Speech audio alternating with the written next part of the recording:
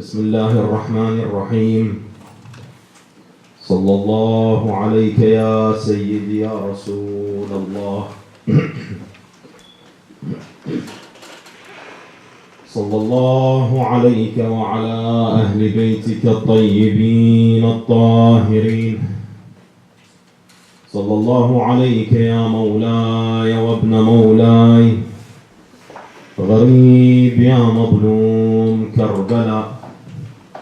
يا ليتنا كنا معكم فنهتدي بهداكم ونفوز معكم فوزا عظيما. Inshallah, before we begin, let's have a loud salawat in honor of our Prophet Muhammad and his holy lineage.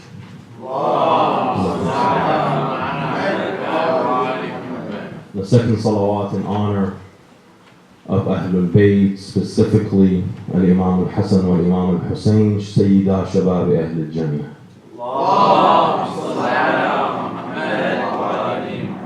And the third salawat to hasten the reappearance of our Imam, Imam Al-Asr, sallallahu alayhi wa alayhi.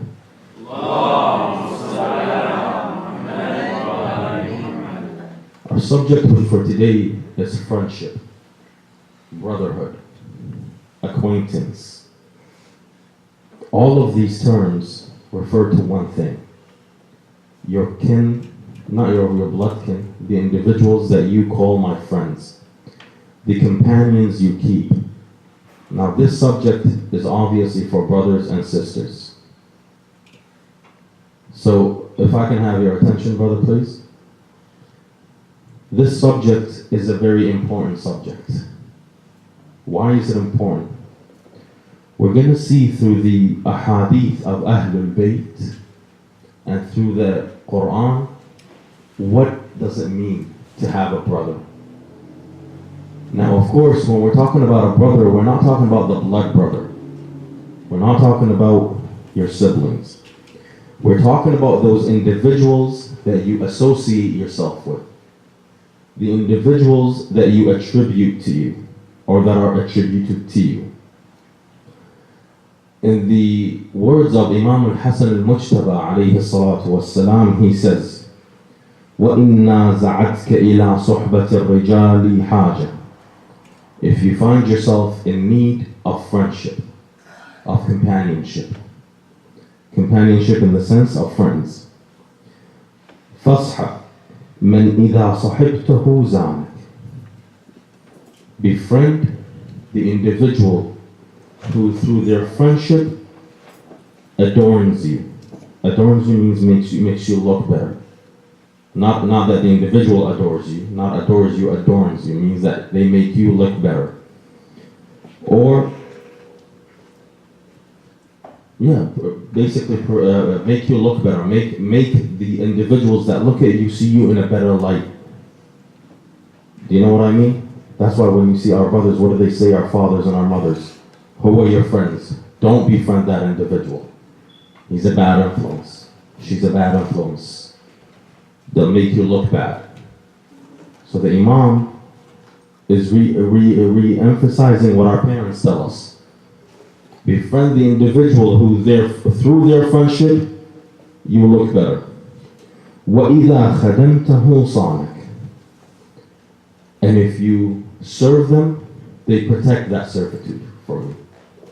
They don't try to be bigger than you. They don't try to seem like they're the leader and you're the follower. وَإِذَا أَرَدْتَ مَعُونَةً أَعَانَكَ. And if you are in need of assistance, that friend assists you. وَإِن بَدَتْ مِنْكَ ثُلْمَةً سَدَّهَا.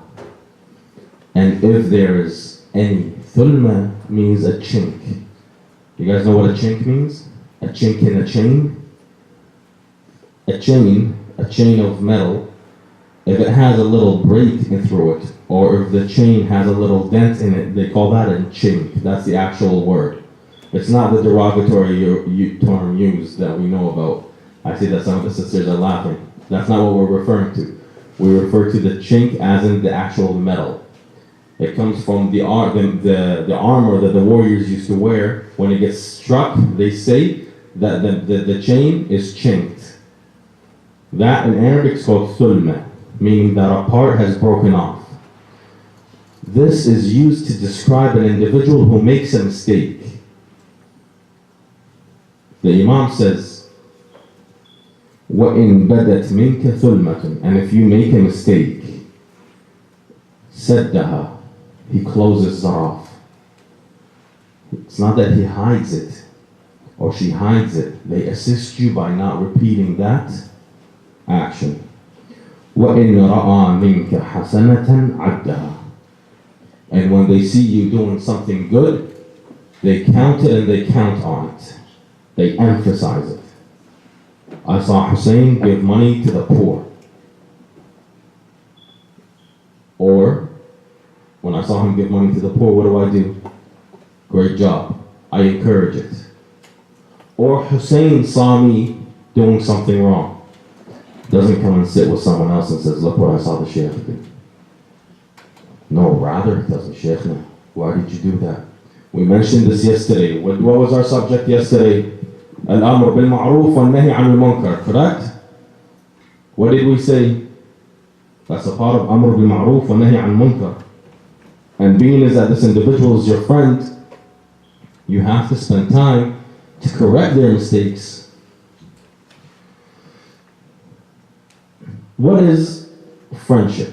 We see in Arabic, we have multiple names for the word friend. And the same thing in English. We mentioned a couple of them earlier. Your companion, your buddy, your friend, your acquaintance, all those. The Quran calls this ukhuwa, brotherhood. Who is this between? This is between the believers. We see the Quran, what does the Quran says? إِنَّمَا الْمُؤْمِنُونَ أُخْوَةٌ. Indeed, the believers are brothers. Indeed, the believers are brothers. Amir al-Mu'mineen has a beautiful quote. He says, رُبَّ أَخٍ لَكَ لَمْ تَلِدْهُ أُمُّكَ. Perhaps you have a brother that was not born by your mother. In English, what do we say? We say, this is my brother from another mother, right? All the guys know it. My brother from another mother. What does that mean? That means that this is the brother that was given to me by the world I live in. Not the brother that was given to me by my mother. And in fact, we all know that sometimes that brotherhood, that brother love between you and the brother, and of course when I'm saying brother, I'm not excluding the sisters. The sisters go the other way, sister and sister. That brotherhood, that love between one another, between the brother and his brother, and between the sister and her sister, in most cases, is greater than the blood of than the relation by blood. So sometimes our relation is by blood, me and my blood brother. And sometimes our relation is by our belief system, our ideology. That is stronger.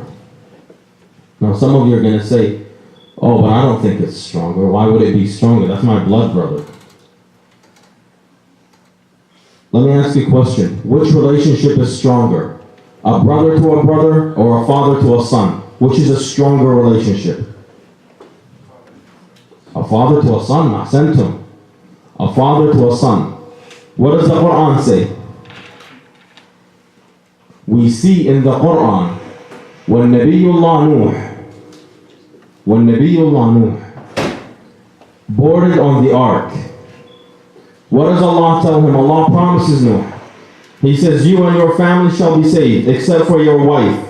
She is from the oppressors. She made her choice. That is her choice. She has to live with her choice and face God with that choice. The Quran says, إِلَّا أَهْلِكَ. Except for your family. Your family are with you. They will be saved.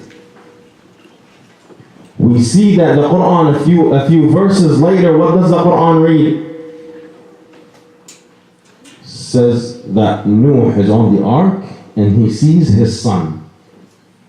What does Nuh say to his son? Ya bunayya arkab ma'ana. oh my son. Now, look at here. The word is not ya waladi, ya bunay. Bunay in Arabic tusamma musaghara. It's used to as dala. In some senses, it's used as dala. You know, instead of saying my son, my boy, for example. Ya bunay yarkab ma'ana. What does Nuh's son say? He says, oh father, I will go to the summit of the mountain, which will protect me from the water. Nuh answers him, he says, no, لا عاصم اليوم من أمر ربي إلا من رحم. There is no protection from God's command except for what He wishes, or except for the individuals that He has mercy on. As they're deliberating, as they're speaking, وَحَالَ بَيْنَهُمُ الْمَاءُ. Water came in between them. What does that mean? That means that Nuh's son was overtaken by the water. Sahih or la? After the tawafan and completes, Nuh asks Allah. He says, Ilahi, oh my Lord, he is my son. Innahu min ahli. Innahu waladi. Innahu min ahli. He's my son. He's from my family. Wa inna wa'daka al-haq. And your promise is true. Referring to what? Referring that you promised me my family will be saved. This is my son. He's from my family. What does Allah answer him? Allah answers Nuh in a very direct manner. In fact, it's a scary manner when you consider who's addressing Nuh. He says, Ya Nuh, innahu laysa min ahli. He is not from your family. Innahu amalun ghayru salih. He is not your family. He has become a mischievous deed. He has become a corrupt deed.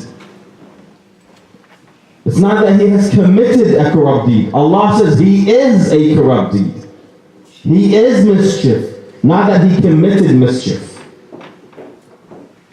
Then Allah says, and do not question me in what you do not understand.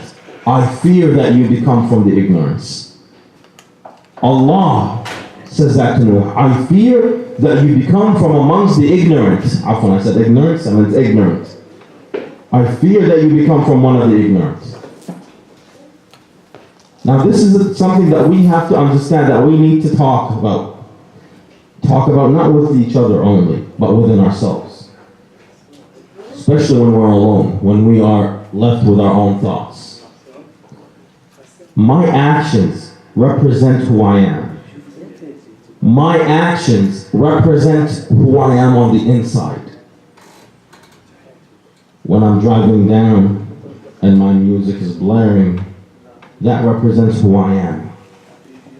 When I walk outside and the makeup is covering me, that represents who I am. When I walk out of the house looking a certain way, and when I get to a place I look a different way, that represents who I am. Don't tell me, oh, I'm still young. Don't say, oh, I made a mistake. What I will say to you is look inside your heart. You will know who you are.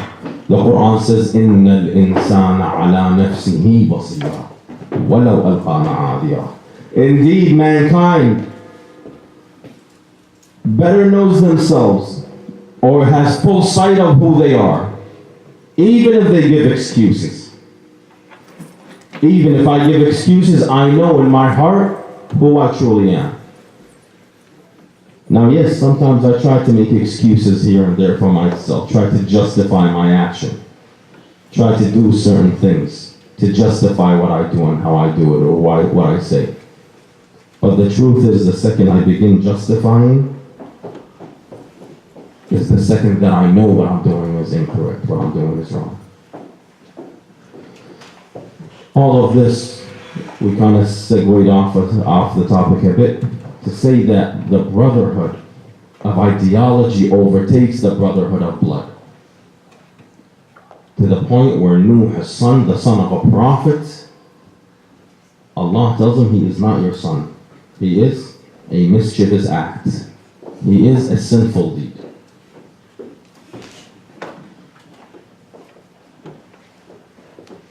The poet, there's an Arabic poem, a beautiful Arabic poem. It says, عن المرء لا تسأل واسأل عن قرينه. Do not ask about the individual, rather ask about their companions. فكل قرين بالمقارن يقتدي. Because every companion, قرين in Arabic doesn't translate well into English. So I use the word companion. Because every companion through his own companion is emulated. What does that mean? That means that we, through our companions, we emulate each other. You guys know what emulate means? We represent each other. We say in Arabic, الطيور على أشكالها تقع. Why? Birds flock together in English, we say. It's the same term. Birds flock together. Why? Because they're of the same kind. Likewise, you see the scholars always hang out with the scholars. The thugs always hang out with the thugs. Singers with singers. Every group, engineers with engineers. Doctors with doctors. Why? Because individuals flock together. Why do we flock together? Because we're comfortable with our own type, with our own kind. So right now, how many Iraqis do we have in this room? We flock together, right? How many Muslims? Of course, Islam trumps our race and our gender and our where we come from or what we do or what we say. Islam is above all of that. You see, the Muslims flock together.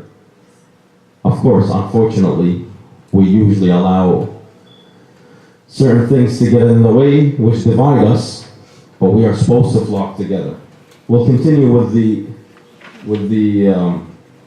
ahadith from Ahlul Bayt sallallahu ala Muhammad wa ali Muhammad.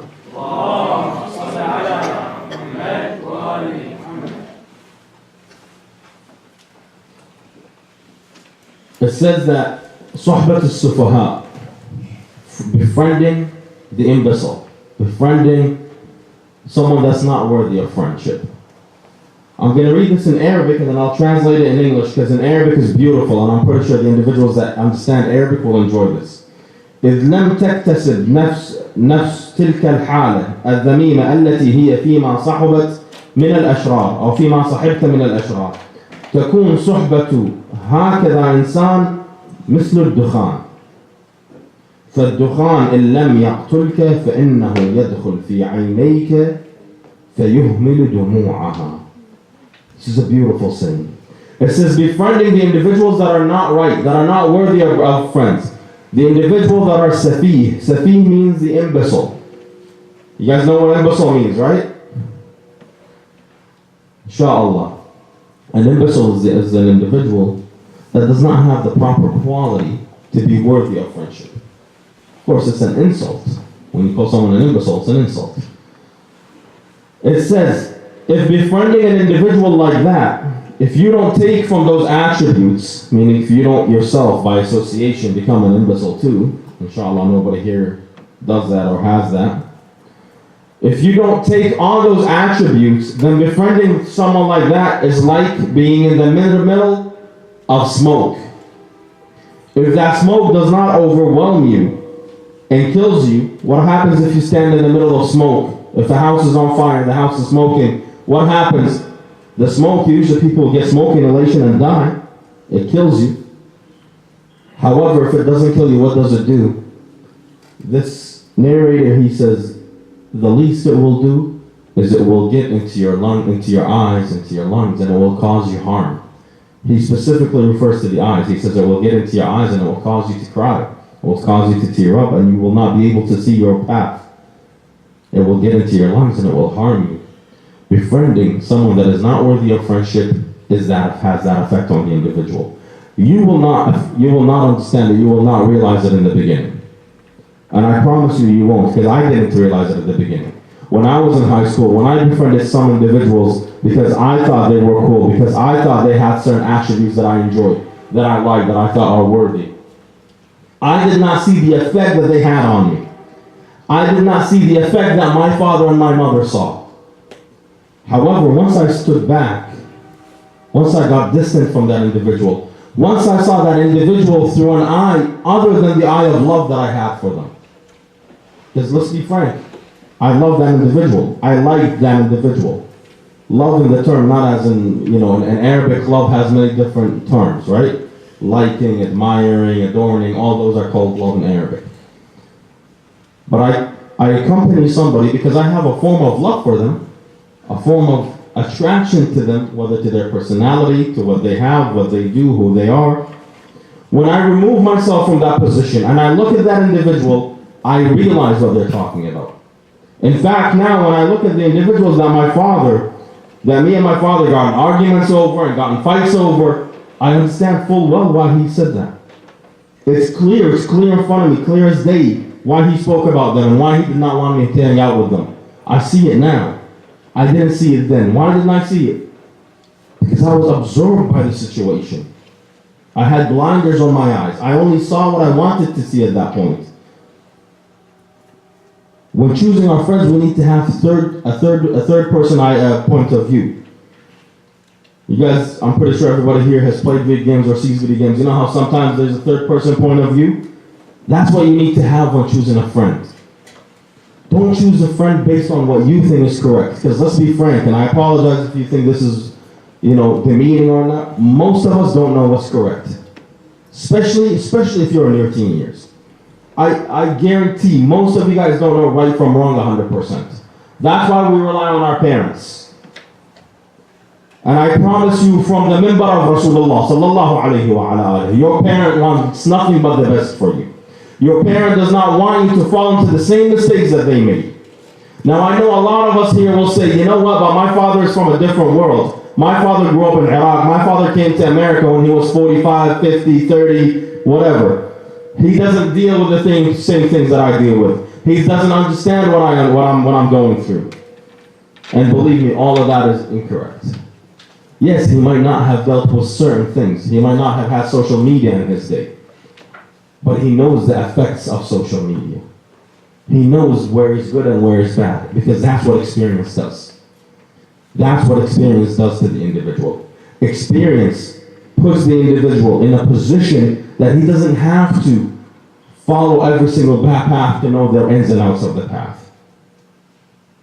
That's why you see most of you guys that are about to go out and get jobs, they ask you for what? Your work experience. Why is that important? Because work experience gives you a point of view. The point of view of how to deal with an issue. How to recognize the problem and deal with that problem. Most of you guys don't have it yet. And there's a lot of things that I don't know yet. Even though I might be significantly older than some of you guys here. But there's a lot of things that I have not experienced that I would refer to my elders for experience. And I won't lose anything. In the wasiyya of Amir al-Mu'mineen to his son Al-Hasan alayhim as-salatu was-salam, لذكرهم صلوا عليهم وعلى آله.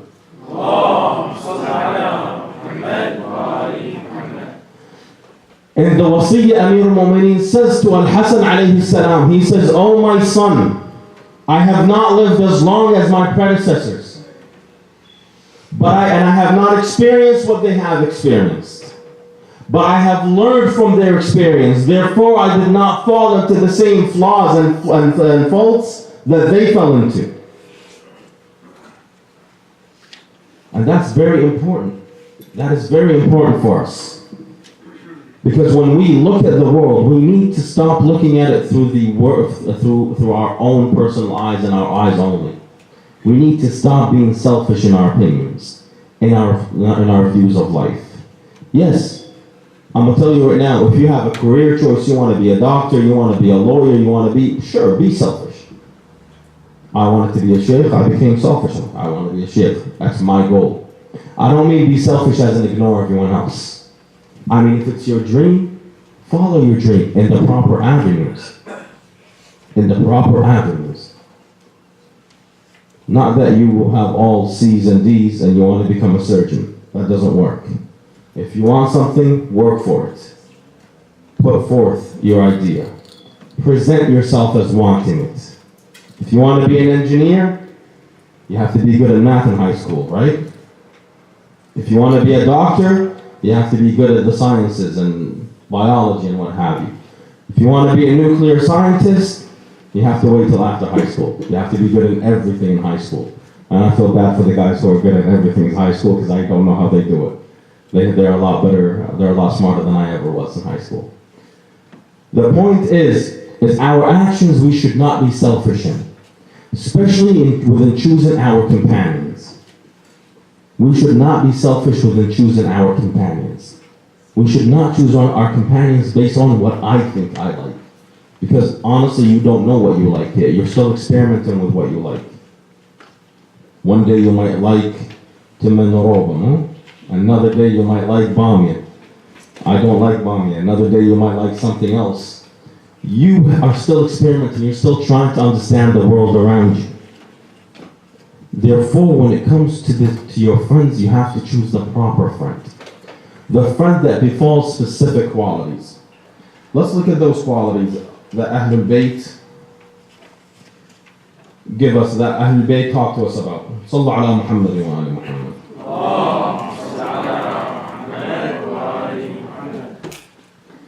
Amir al-Mu'mineen says in one of his words, إِنَّمَا أَنْتُمْ أُخْوَانٌ عَلَى دِينِ اللَّهِ. Know that you are brothers on the faith of God, on the religion of God. Brothers and sisters, please pay attention to this. مَا فَرَّقَ بَيْنَكُمْ إِلَّا خُبْثُ السَّرَائِرِ. Nothing has divided you, nothing has deviated you from each other as much as the khubth. Khubth is the stinginess of sara'ir. Sara'ir is your intention. What has separated you guys, what has divided you guys, is the stinginess, is the bitterness of your intention, of your heart. وَسُوءُ الضَّمَائِرِ. Al-dhamir is what you use to understand the world around you. Al-dhamir is your subconscious. He says nothing has divided you other than the stinginess of your sara'ir, of your intention. وَسُوءُ الضَّمَائِرِ. And the bad or the faults of your conscience. فَلَا تُوَازِرُونَ وَلَا تُنَاصِحُونَ. فَلَا تُوَازِرُونَ وَلَا تُنَاصِحُونَ. You do not assist each other, nor do you help out, or nor are you allied together. وَلَا تُبَادِلُونَ وَلَا تُوَادُّونَ. You do not go to help each other out, you do not give each other. Nor is there love between you guys, nor is there companionship between you guys. مَا بَالَكُمْ تَفْرَحُونَ بِقَلِيلٍ مِّنَ الدُّنْيَا تَدْرُكُونَ. What is wrong with you? Who is saying this? This is Amir al-Mu'mineen. He says, what is wrong with you?